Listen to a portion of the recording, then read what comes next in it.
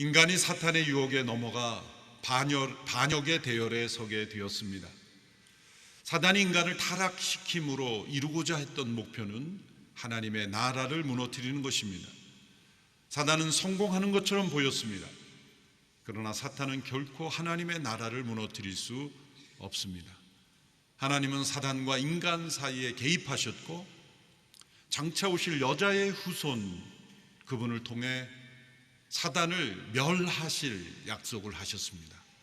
그리고 하나님은 그 약속대로 역사를 이루어가고 계십니다. 하나님 앞에 죄를 범한 아담과 하와는 에덴 동산에서 쫓겨나게 되었고 생명나무 열매를 먹지 못하게 됨으로써 죽게 되었습니다. 그들은 바로 죽지는 않았습니다. 금지된 열매를 먹는 날에는 반드시 죽으리라 하셨는데 즉시 죽지는 않았습니다. 아담은 그로부터 930년을 더 살았습니다. 오늘 이 시대에 장수하는 사람들보다 9배는 더 살았으니 그 정도 살았으면 거의 영원히 산 것 아닙니까? 라고 생각할 수 있지만 영원이라는 기준에 비하면 1000년이건 만년이건 10만 년이건 영원이라는 기준에 비하면 인간의 모든 장구한 역사는 순간의 점에 불과한 것이죠. 하나님은 아담을 930년 동안 생존케 하셔서 죽음의 집행을 연기하심으로써 많은 자손을 낳게 하셨고 그 많은 자손 가운데 하나님은 장차 오실 예수 그리스도를 통하여 구속을 이루시고 하나님의 나라를 회복시키시고 인간의 죄가 얼마나 끔찍하며 또한 하나님의 은혜가 얼마나 풍성한지를 역사를 통해 우리에게 알려주시고자 하신 것입니다. 하나님이 지옥에 던져질 이 사단에 대한 징벌을 마지막 날까지 보류하신 까닭은 이 기간 동안에 하나님은 하나님의 자녀들을 세우시고 또한 아담의 타락 이전에 그들이 누릴 수 있었던 축복보다 비교할 수 없는 더 큰 은혜를, 더 큰 축복을, 더 큰 하나님의 은혜를 나타내는 기간으로 하나님은 삼으신 것입니다. 그래서 모든 사람들은 아담의 후손이며 또한 태어날 때부터 죽음의 운명, 죽음의 씨앗을 가지고 태어납니다. 마지막 호흡이 주어지는 그 순간에만 죽음이 찾아온 것이 아닙니다. 우리는 이 땅에 태어나는 그 순간부터 일생 동안 죽음이 우리 안에서 작용하는 인생이 된 겁니다. 사람은 태어나서 성장하여 살아간다고 말하지만 실상은 죽어가고 있는 것입니다. 예쁜 꽃 한 송이를 잘 만들어서 누군가에 선물하면 그 향기로 인해서 이 생화, 살아있는 꽃으로 인해서 사람들은 기뻐하지만 실상은 죽은 꽃이죠. 잠시 그 꽃의 향기가 남아 살아있는 꽃처럼 보일 뿐입니다. 뿌리에서 잘려진 꽃은 죽은 꽃이죠. 잠시 우리가 이 땅에 살아있는 것이지만 그러나 뿌리로부터 잘려진 꽃이 죽은 꽃과 다름없듯이 생명의 근원이신 하나님과의 단절된 인생은 죽은 인생인 것입니다. 일평생 우리는 죽음의 그늘 아래 또한 죽음의 권세 아래 묶여 사는 인생이 된 것입니다. 아담과 하와에게 바로 즉시로 죽음이 임하진 않았지만 또 다른 의미에서 그리고 보다 근본적인 의미에서 그들은 바로 죽었습니다. 죽음이란 우리의 육체와 영혼이 분리되는 죽음만이 있는 것이 아닙니다. 그것은 보다 더 근본적인 죽음의 하나의 가지일 뿐이고 현상일 뿐입니다. 사람들이 죽음이라고 일컫는 것, 그것은 육체와 영혼이 분리되는 죽음이죠. 그러나 성경이 우리에게 말씀하는 것은 그보다 더 근본적인 우리가 죽음이라고 여기는 것을 만들어낸 죽음, 그 죽음을 말씀하고 있는 것입니다. 그것은 무엇입니까? 하나님께서 하나로 연합시켜 놓은 것을 분리시키는 것이요 해체된 것입니다. 먹지 말라 하신 하나님의 그 명령을 지키는 그 순종을 지속함으로써 하나님께서 우리에게 주신 모든 축복과 자유와 그 은총을 누릴 수 있었음에도 불구하고 하나님 앞에 반역하는 그 죄로 인하여 하나님과 하나 된 연합이 깨어진 것입니다. 그 열매가 중요한 것이 아니라 그 열매에 붙여진 명령을 주신 하나님이 중요하신 것이죠. 하나님과의 단절은 자기 자신과의 단절을 가져왔습니다. 하나님으로부터 숨는 인간은 자신으로부터도 숨는 것입니다. 여러분, 왜 사람들이 혼자 있는 것을 싫어하는지 아십니까? 소위 고독이라는 걸 왜 싫어하는지 아십니까? 자기 자신과 있는 게 싫은 겁니다. 사람들은 혼자 있는 것을 두려워합니다. 자신이라는 존재와 오랜 시간을 보내는 게 싫은 겁니다. 그래서 무엇인가 다른 것과 다른 사람과 또 다른 매체들에 자기를 잃어버리고 싶은 거죠. 아무도 없는 조용한 곳에서 자기 혼자 고독 속에 들어가면 자기 자신만을 대면해야 되니까 그게 싫은 겁니다. 그래서 시끄럽고 혼잡하고 그리고 무엇인가 많은 일을 함으로써 자기를 만나고 싶지 않은 거예요. 세상에서 가장 싫은 사람을 꼽으라고 말하면 어쩌면 누군가가 아닌 자기 자신일 수 있어요. 자기 자신과의 하나됨이 깨어진 거예요. 분열이 된 겁니다. 우리 모두는 아담 안에서 정도의 차이는 있지만 어느 정도의 정신분열을 앓고 있는 겁니다. 왜냐하면 옳은 것이 무엇인지 알면서도 행하지 않고 나쁜 것 알면서도 행하게 되고 마음은 원하지만 원하는 대로 되지 않고 우리 학창시절에는 공부해야 되는데 그러면서 놀고 있고 놀면서 또 공부하면서 놀고 싶고 그 어린 시절부터 우리는 성장하면서 성인이 되어서는 자기의 마음속에 있는 거룩한 소원대로 움직여지지 않는 것입니다. 심지어는 하나님을 알면서도 하나님을 사랑하는 일에 더 헌신하지 않습니다. 왜 사람들이 예배의 자리에 자꾸 나오지 않으려 할까요? 예배를 잘 드리면 자기가 거룩해질까 봐. 말씀을 열심히 읽지 않는 말씀 읽으면 자기가 변화될까 봐.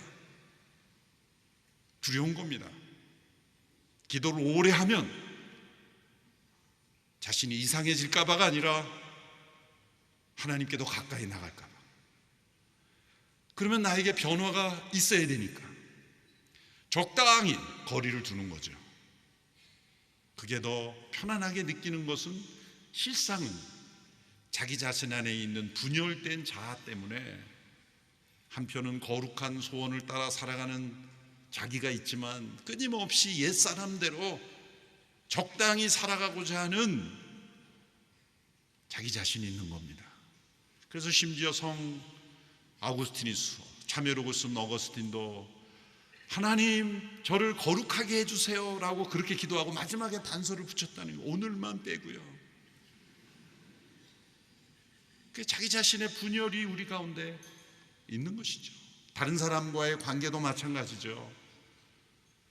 내 살 중에 살이요 뼈 중에 뼈라고 했던 고백이 하나님이 주신 저 사람이 먹게 되었습니다. 주어서 먹었습니다. 책임을 전가하고 그렇게 비난하는 관계가 되어버렸습니다.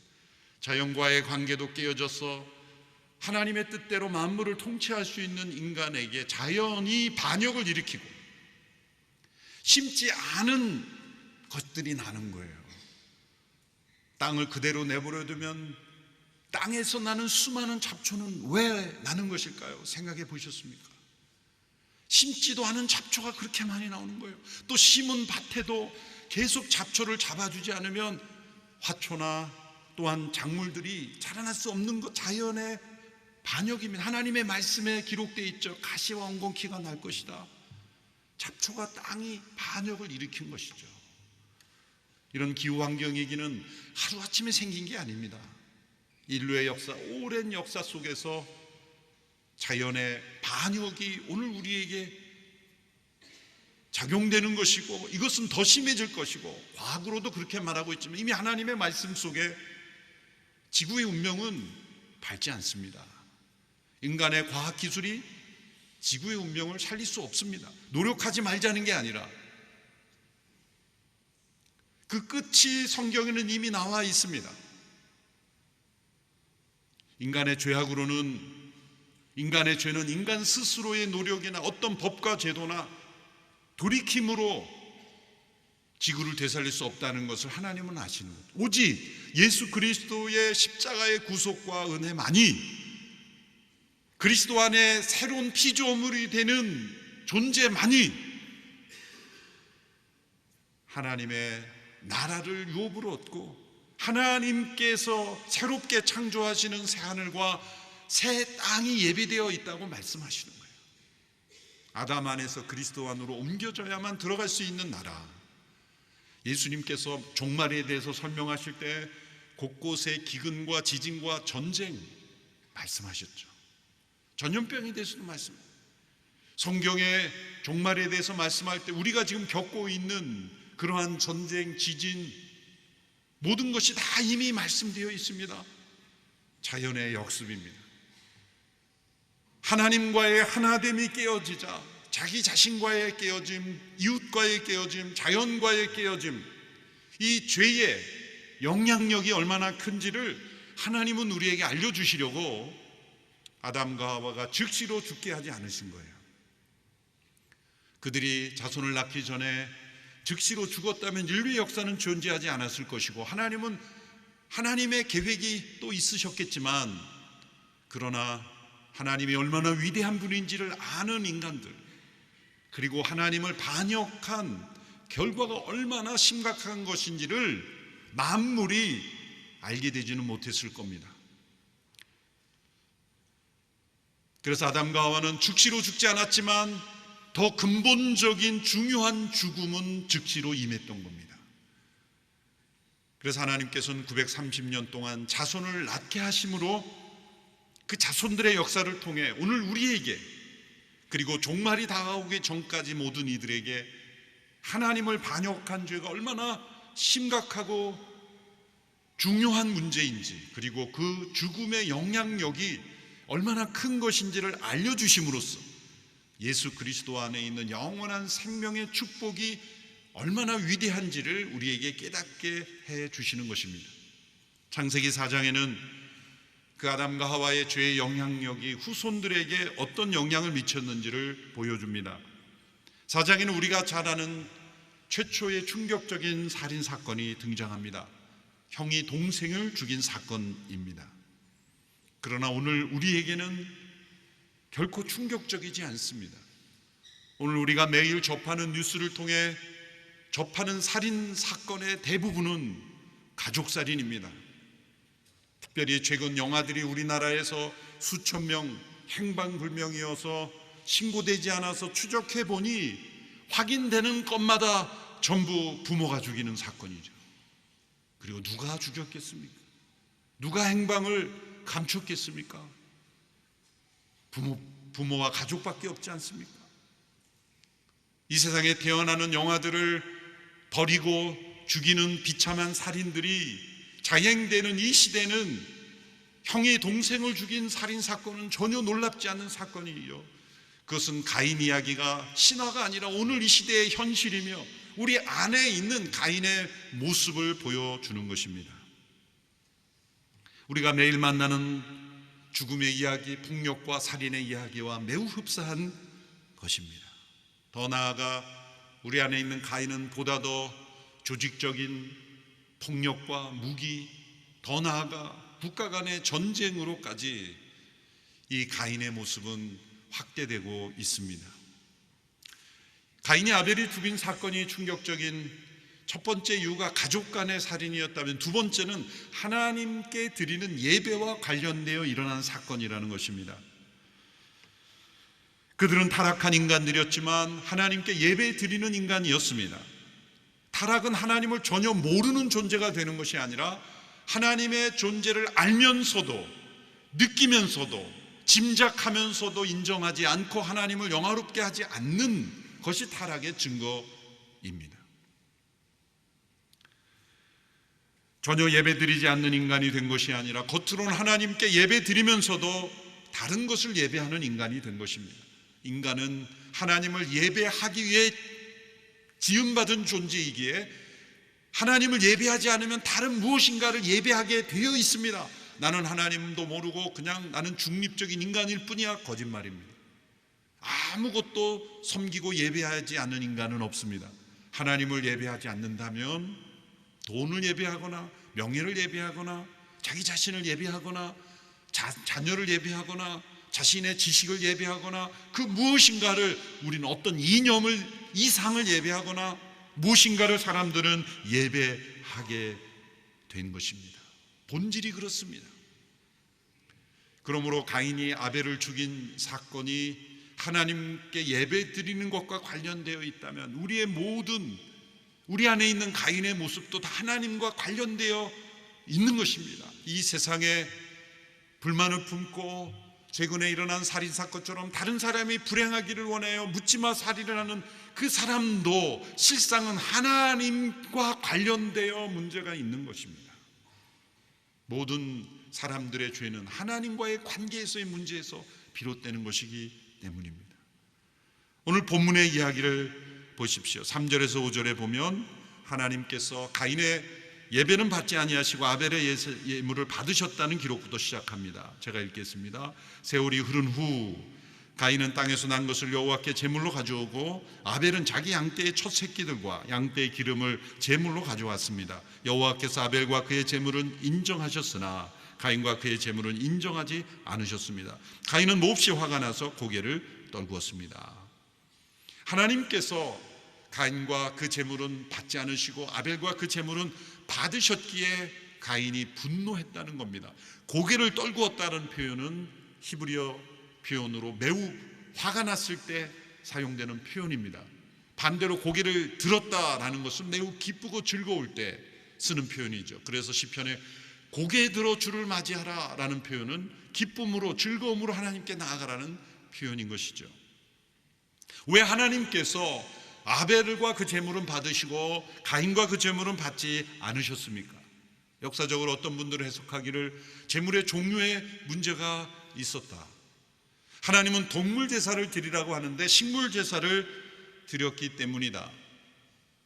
가인이 자신의 직업이 농사를 짓는 사람이었기에 그냥 농작물로 드리면 안 되었고, 마침 아벨은 양을 치는 사람이었기에 아벨에게서 동물을 구해서라도 동물 제사를 드렸어야 한다.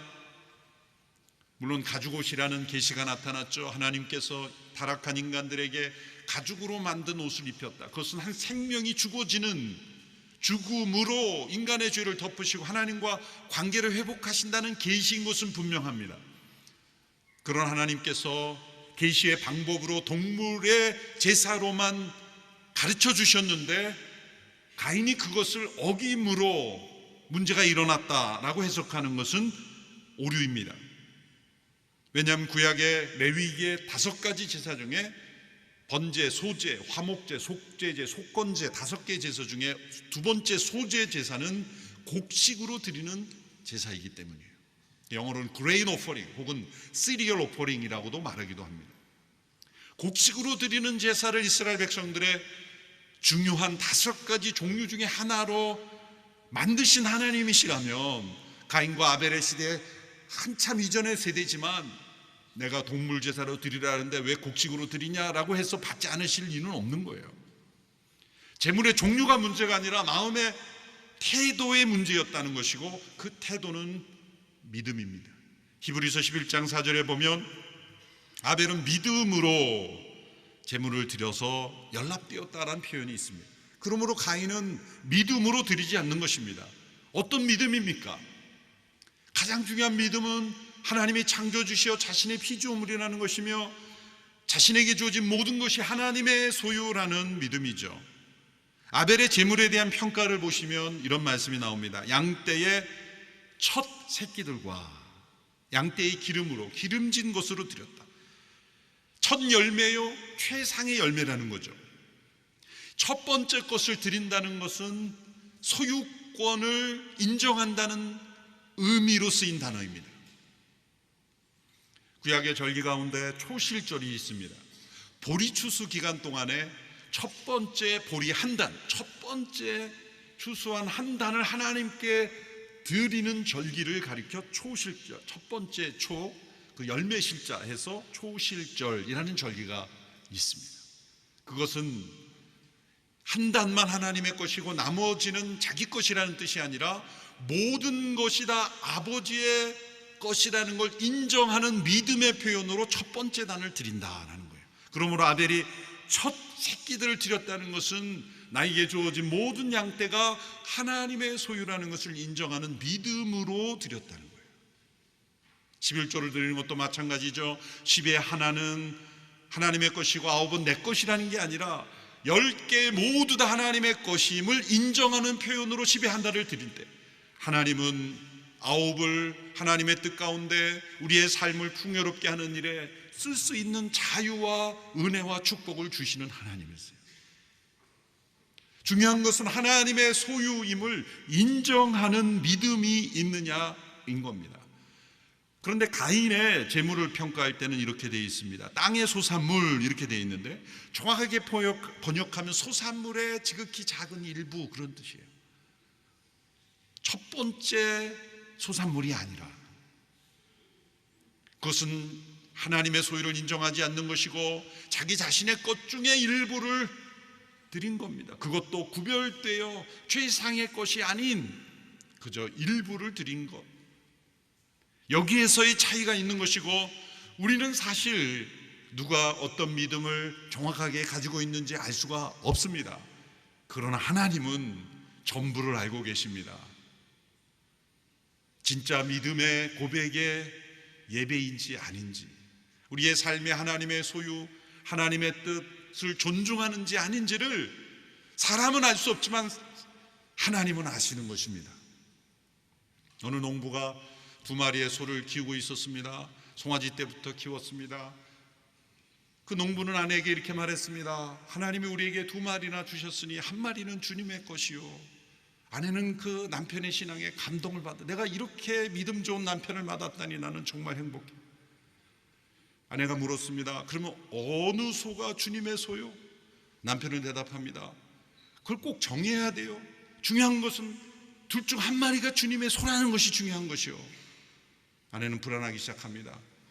어느 날 갑자기 어느 한 소가 시름시름 앓다가 죽었습니다.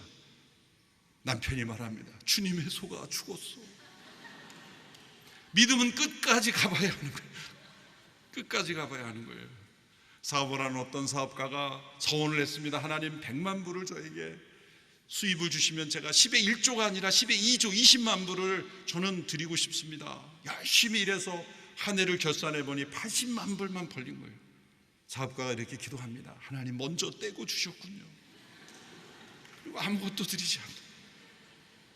분명히 믿음이 있는 것 같은데 믿음은 끝까지 가봐야 돼요.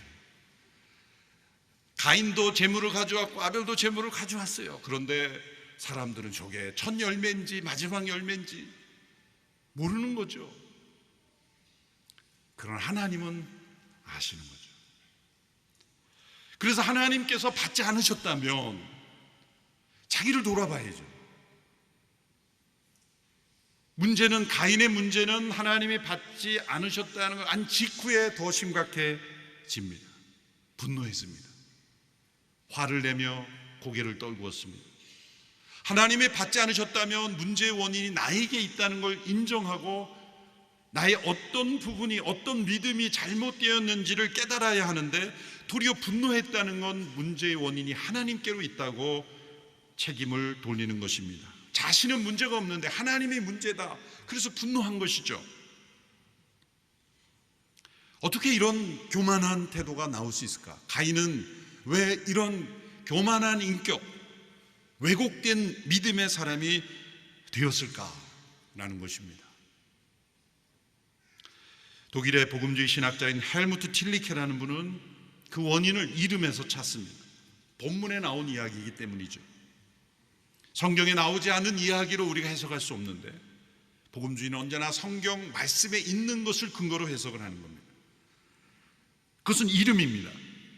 하와가 가인을 낳고 이름을 가인이라고 이름을 지었을 때 그 이름의 뜻은 뭡니까? 나는 한 사람을 가지고 있다라는 뜻이에요. 우리말 성경이 이렇게 번역했죠. 여호와의 도우심으로 내가 아들을 얻었다, 이렇게 번역을 했고, 대부분의 한글 성경이 다 아들을 얻은 것으로 이렇게 표현합니다. 근데 원문 히브리어를 보면 아들이라는 단어가 아니라 그냥 한 남자라는 단어를 쓴 이쉬라는 단어입니다. 아들이라고 하면 벤이라는 단어를 써야 되는데, 나는 한 남자를 가지고 있다, 이게 무슨 뜻일까요? 앞에 여호와의 도우심으로 라는 것은 분명히 신앙적인 표현인데 뒷부분이 이상합니다. 이것은 한 어머니가 아들을 낳은 감격의 신앙적인 고백이 아니라 한 생명을 낳은 어머니의 감격이라기보다도 내가 한 사람을 가지고 있다, 첫째 아들 가인이 마치 자신의 힘과 능력이 되는 것처럼 의지하는 모습, 그리고 자녀를 자신의 소유라고 착각하는 모습이라는 거죠. 그래서 영어 성경에 보면 다 a man으로 번역을 했어요. I have gotten a man. 나는 한 남자를 가지고 있다. 하나님이 주시는 생명이 아니라 내가 소유하는 생명이라는 의식이 있다는 거죠. 근데 둘째 아들 아벨의 이름을 보십시오. 아벨이라는 이름의 뜻은 덧없음, 허무라는 뜻이에요. 이 단어는 헤벨이라고 같이 단어를 쓰는데 전도서의 헤벨이라는 단어가 가장 많이 쓰였죠. 헛되고 헛되다, 모든 것이 헛되다. 여러분, 자식의 이름을 낳으면 다 이름을 좋은 이름으로 짓죠. 미래를 기대하며 축복하며 좋은 인생이 되라고 덕스러운 이름을 짓지 않습니까?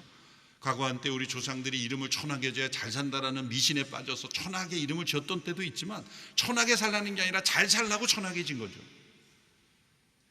하나님의 이름을 지신 게 아니라 아담과 하와가 동물들의, 생물들의 이름을 짓듯이 첫째 아들은 가인이라 둘째 아들은 아벨이라고 졌는데, 아벨이라는 이름이 허무, 덧없음, 헛됨, 그런 뜻이에요.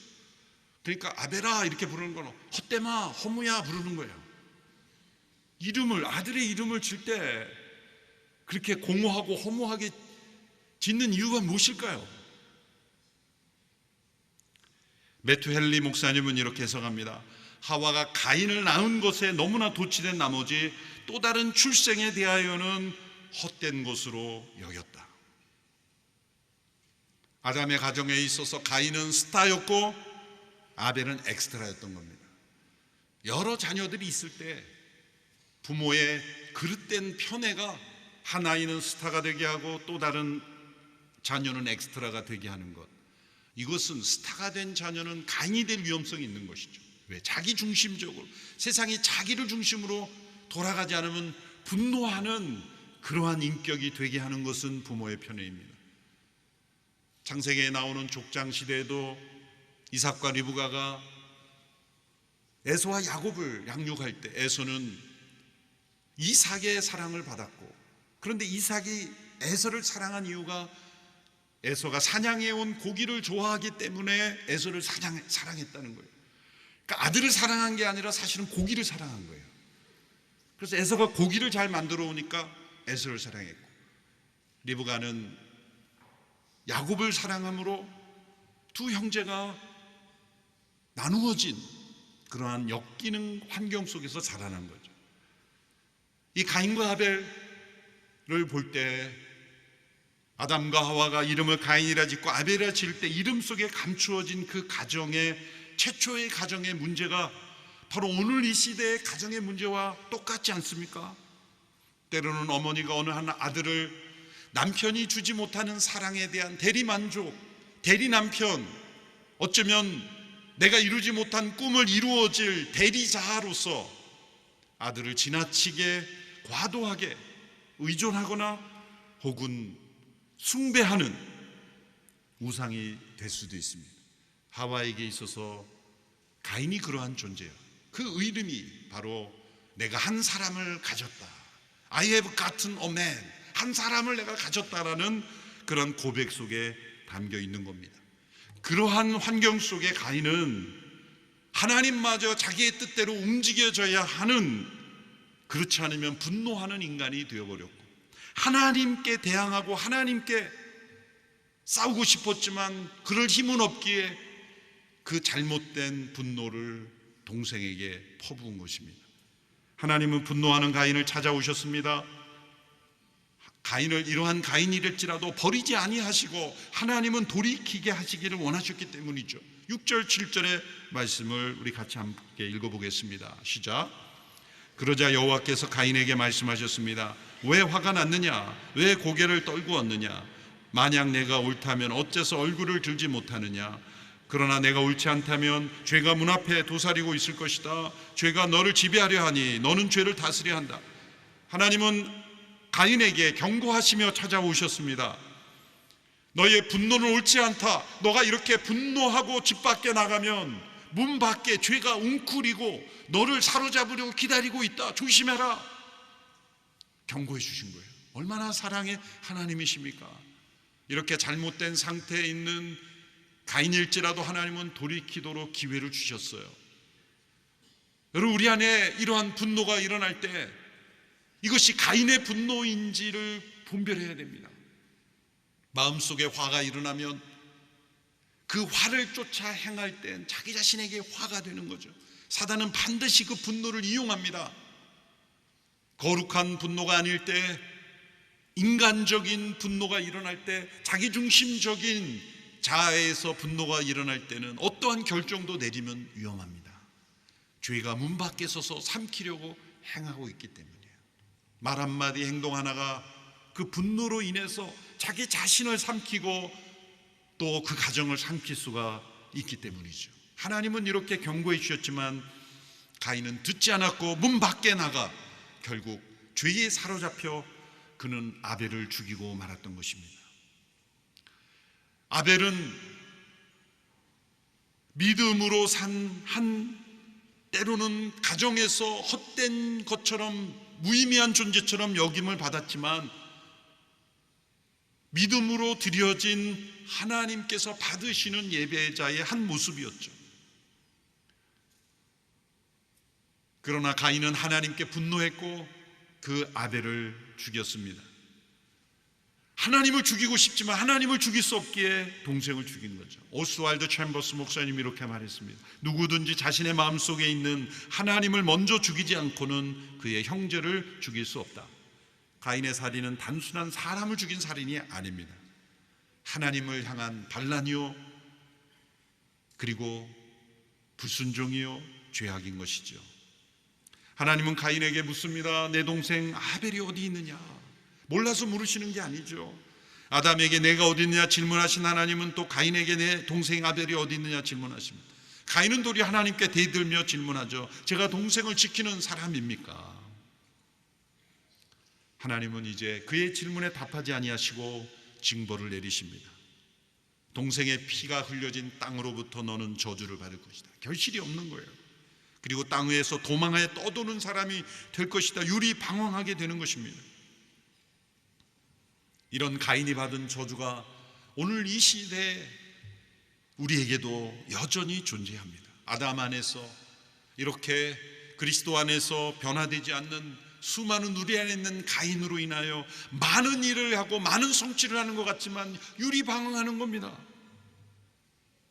가인이 하나님께 가혹하다고 호소합니다. 제 벌이 너무 무거워 견디기 어렵습니다. 모두가 나를 죽이려 들 겁니다.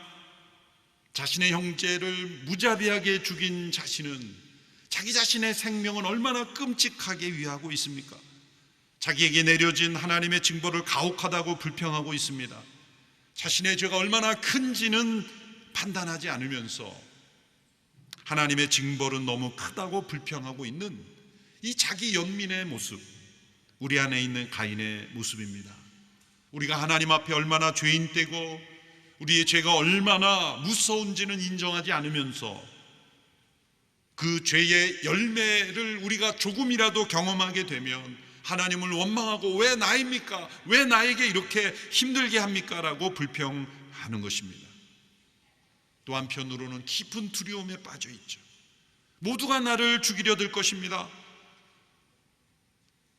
가인은 자신이 무고하게 아벨을 죽였기에 자신도 무고하게 누구로부터 죽을 수 있다라고 그렇게 두려워한 것입니다.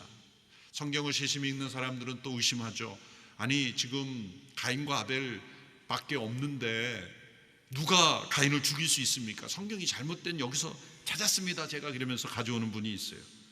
창세기 5장 4절에 보면 아담이 930년 동안 자녀를 낳았다 그랬어요. 가인과 아벨 셋만 자식이 있는 게 아니에요. 930년 동안 자녀를 얼마나 많이 낳았겠어요. 그렇죠? 그러니까 가인을 죽일 수 있는 누군가는 가능했겠죠. 그러나 그 두려움은 자신이 만들어낸 거예요. 이 가인의 두려움은 오늘 우리에게도 이어지고 있습니다. 미래 불확실하다는 것 하나로 우리는 두려워합니다.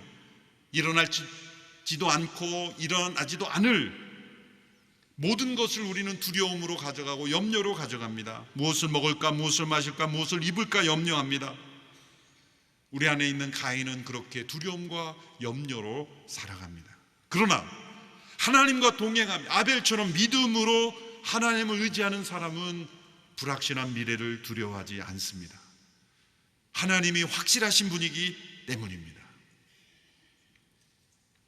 우리 안에 있는 가인은 우리 스스로의 힘으로 이길 수 없습니다. 오늘 이 시대에 일어나고 있는 수많은 뉴스들 다 우리 안에 있는 가인이 여전히 존재한다는 증거입니다. 인간의 어떤 지식, 법과 제도, 무서운 형벌도 우리 안에 있는 가인은 제거하지 못합니다.